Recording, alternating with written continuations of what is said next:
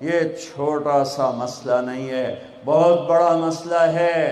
ہم آزاد، سنو آپ کو عجیب بات سنو، آپ کو عجیب لگے گی، ہماری آزادی موت پہ شروع ہوتی ہے، ہماری آزادی موت پہ شروع ہوتی ہے، ہماری آزادی موت پہ شروع ہوتی ہے۔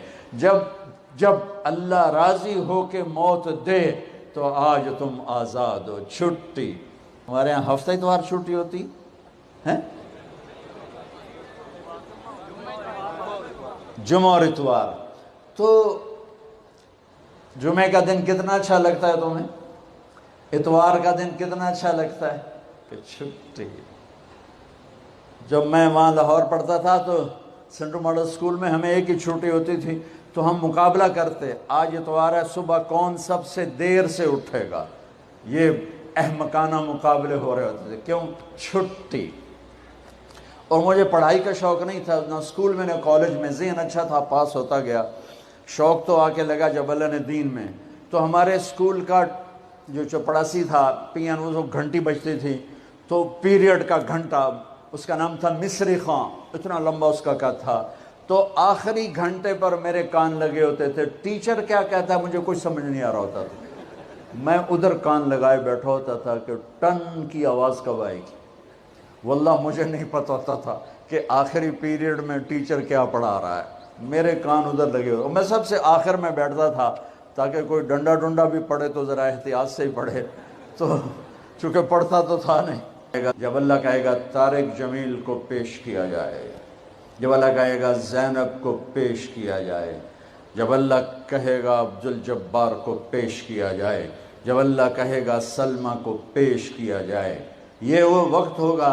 موت ہوتی تو میں مر جاتا، موت ہوتی تو ہر بڑے سے بڑا جنید بغدادی مر جاتا، کہ اس کی ہیبت کے سامنے ہر شے زیرو نظر آئے گی، اور یہ ایسے کانپتا ہوا آئے گا اللہ کے ترازو کے سامنے، ادھر جنت مہک رہی، ادھر جہنم بھڑک رہی، ادھر پل صراط ڈول رہا، ادھر ترازو سامنے ہے جس میں آج سونا چاندی نہیں تولا جائے گا، آج عمل تولا جائے گا۔ آج ہم انسانوں کو تولتے ہیں چیزوں پر، مال پر، تجارتوں پر، گاڑیوں پر، گھروں پر، میرا اللہ تولے گا عمل پر۔ تو اس کی قربانی دی جاتی، اس کا خون بہتا تو دریا چلتا۔ جب مسلمانوں نے مصر فتح کیا تو گورنر نے لکھا کہ اسلام تو اس طرح کی رسوم کی اجازت نہیں دیتا، لیکن خشک سالی ہے، لوگوں کی فصلیں ویران پڑی ہیں، تو حضرت کیا کیا جائے؟ تو حضرت عمر رضی اللہ تعالیٰ عنہ کاغذ کے ٹکڑے پہ لکھتے ہیں بسم اللہ الرحمن الرحیم، مصر کے نیل کی جانب عمر کا خط، لکھتے ہیں اے نیل اگر تو اللہ کے حکم سے چلا کرتا ہے تو چل، ورنہ ہمیں تیرے چلنے کی کوئی حاجت نہیں ہے۔ اور قاصد کو کہا یہ خط لے جاؤ اور جا کے دریائے نیل میں پھینک دو۔ قاصد جا کے خط دریائے نیل میں پھینک دیتا ہے، پانی آتا ہے، ایسا دریائے نیل چلا، 14 صدیاں ہوئی ہیں آج تک کبھی بند ہی نہیں ہوا۔ دریا حکم مانتے، آگ نکل گلیوں میں چیخے مارتے ہوئے دیکھا سیدہ فاطمہ رضی اللہ تعالی عنہا گھر میں غشی پر غشی آ رہی ہے۔ واصف علی واصف کہتے ہیں شرف مکان کا نہیں ہوتا، شرف مکین کا ہوتا ہے۔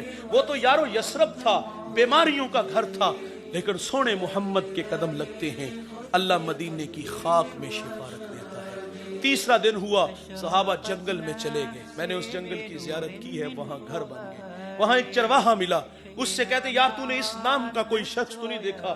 رومی اس گفتگو کو بیان کرتے، گفت چوپا مرمرا معلوم نیز، من نمی دانم محمد نام کیس، ای قدر دانم کے اندر تیرا غار، زار می نالت کسے لیل و نہار۔